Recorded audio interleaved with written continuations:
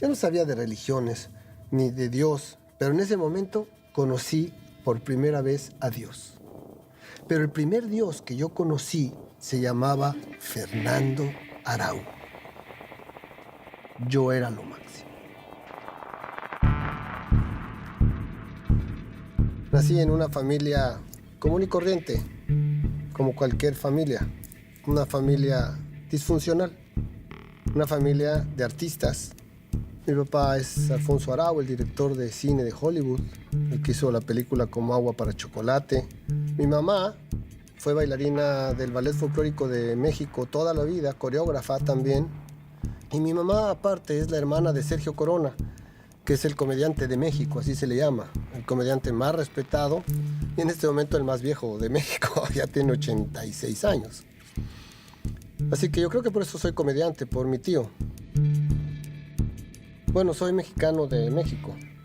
Soy maya, de Miami, ahora porque hace 16 años vivo en Miami. Así que yo creo que no nací en una familia, nací en un elenco. Y se divorciaron mis papás, yo tenía 5 años. Mi familia nunca fue a la iglesia. Y no es que fueran ateos, sino que, bueno, yo creo que eran, no sé, católicos guadalupanos freelance. Creo que entré 3 veces a la iglesia en mi vida. Una vez cuando la misa de mi tía Anita, la boda de mi primo Miguel, y una vez cuando mi vecinito y yo nos colamos en una iglesia a ver un muerto. Así que yo crecí sin Dios, sin papá, sin ley. A los 13 años me enamoré, pero me enamoré profundamente de la que actualmente es mi esposa. Cuando la conocí, los dos teníamos 13 años. Yo no sé cómo pasó con el tiempo, el caso es que ahora yo soy mayor que ella 7 años.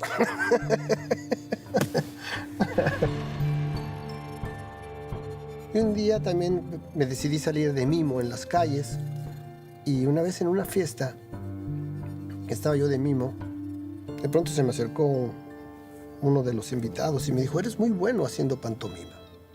¿Te gustaría salir en la televisión? Y entonces entré en un programa de televisión como mimo.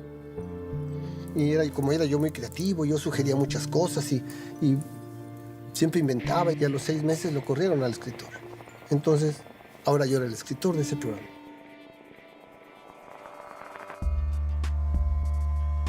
Yo tuve una historia muy chistosa cuando la escuela, porque como yo era hiperactivo, hipercreativo y hiperinsoportable, la secundaria, que son 3 años de secundaria, primero, segundo, tercero, la hice en 5 años. Hice primero, segundo y tercero. Entonces, cuando el productor me dijo hay que hacer otro programa, le dije: ¿por qué no hacemos un programa de estudiantes en una escuela? Yo te tengo 1000 historias. Y entonces hicimos un programa que se llamó Cachún, Cachún, Rara. Ese programa creó una historia muy fuerte en la televisión mexicana. Fue una época, inclusive la gente que lo vio todavía se le habla de una generación cachún. De chun, cachún, rara, cachún, cachún, rara, Goya, universidad. Me volví como uno de los personajes importantes de mayor peso de esa serie y me volví súper famoso. Súper famoso. De un día a otro. La fama me impactó. Pensé que todo lo que brillaba era oro. No tenía ninguna dirección. No había sentido en mi vida. Y de pronto me vuelvo famoso. Y con dinero.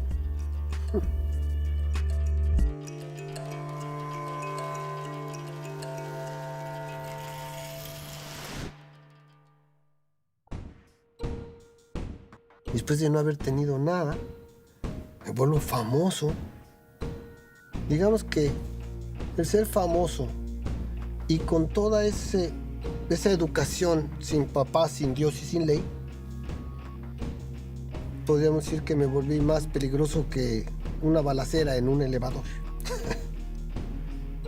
Entonces empecé a tener nuevas actividades sociales, empecé a tener nuevas amigas, sobre todo. Empecé a llegar tarde, empecé a no llegar. Empecé a vivir literalmente la vida loca. Entonces mi esposa me dijo, mira, tienes que tomar una decisión. O la fama o tu familia. Tomé la decisión. La fama.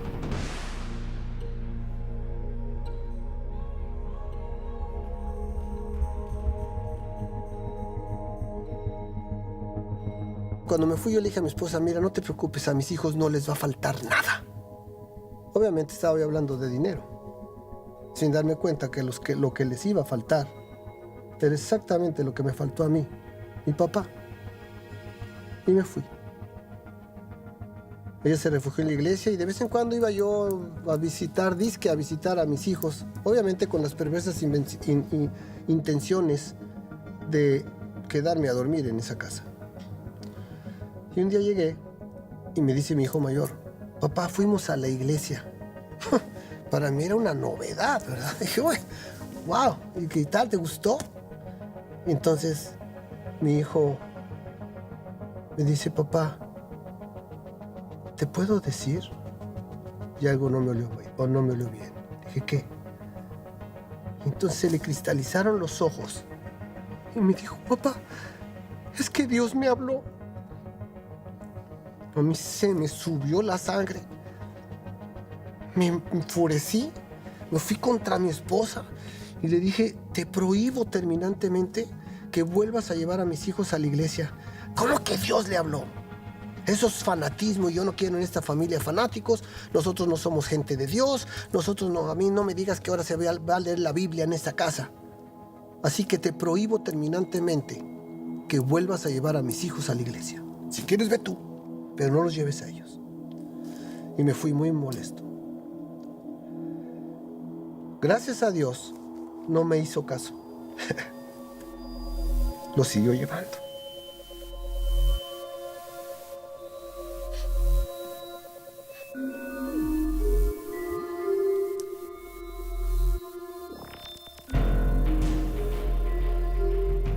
Hasta que un día, reflexionando, dije, ¿qué hago yo aquí? Solo, como perro, muy famoso. Así que regresé a mi casa. Habían pasado casi 5 años de esa vida. Toqué la puerta, salió mi esposa asombrada porque no era un fin de semana. Me dijo, ¿sí? Le dije, vengo a pedirte perdón. Le dije, allá afuera me voy a morir. Ella explotó en llanto y de pronto me dice, mira, yo te perdono, pero con una condición, que vayas a la iglesia con nosotros el resto de tu vida.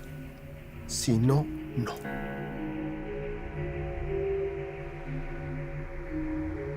Yo me llegué un domingo y a las 8 de la mañana me abrió el menor y me dijo, ¿vas a ir a la iglesia con nosotros? Sí, su carita pagó la mitad de mi vida.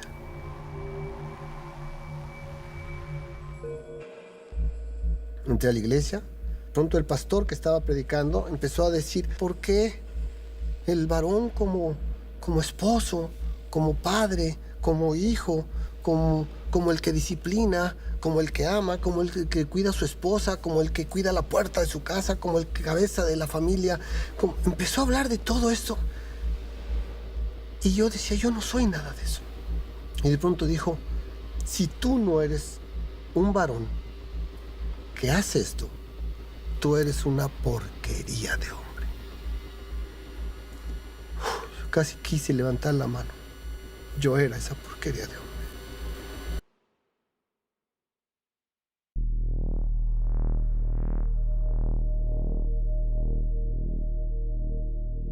Entonces de pronto dijo, escúchame bien, si hoy Dios te habló a través de mí,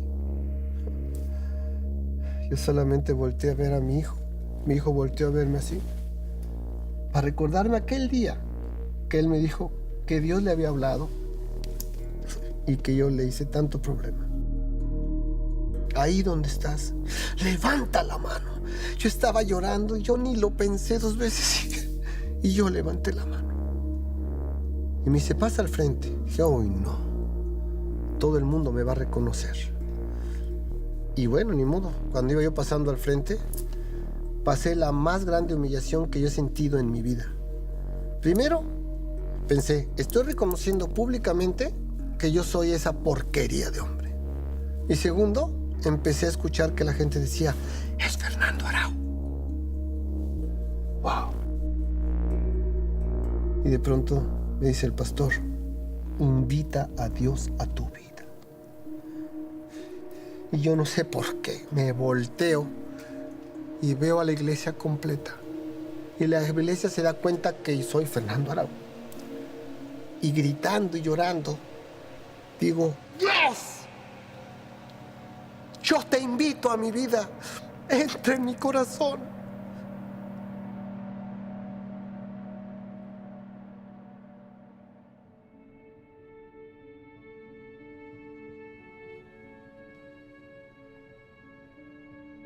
Llorando, yo sentí ese como un viento frío que me daba en la cara. Y yo sentía la voz de Dios que me decía, te estoy regresando todo. Te estoy regresando a tu familia y el corazón de tu familia. ¡Wow!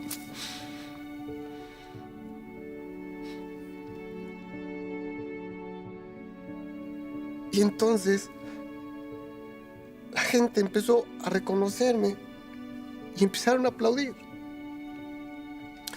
Y llegó un momento en que toda la iglesia me estaba aplaudiendo.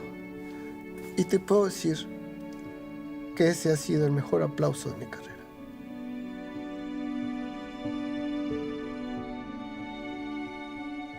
Ahí sí las cosas cambiaron. Empezaron a cambiar. Empezamos a restaurar nuestra familia. Pero yo te quiero decir que si no hubiera sido por la intervención sobrenatural de Dios en nuestra vida, en nuestra casa, no hubiera podido pasar. Yo soy un milagro de Dios. De ahí en adelante, lo primero en mi vida, según el orden bíblico, es Jesús. Yo soy segundo.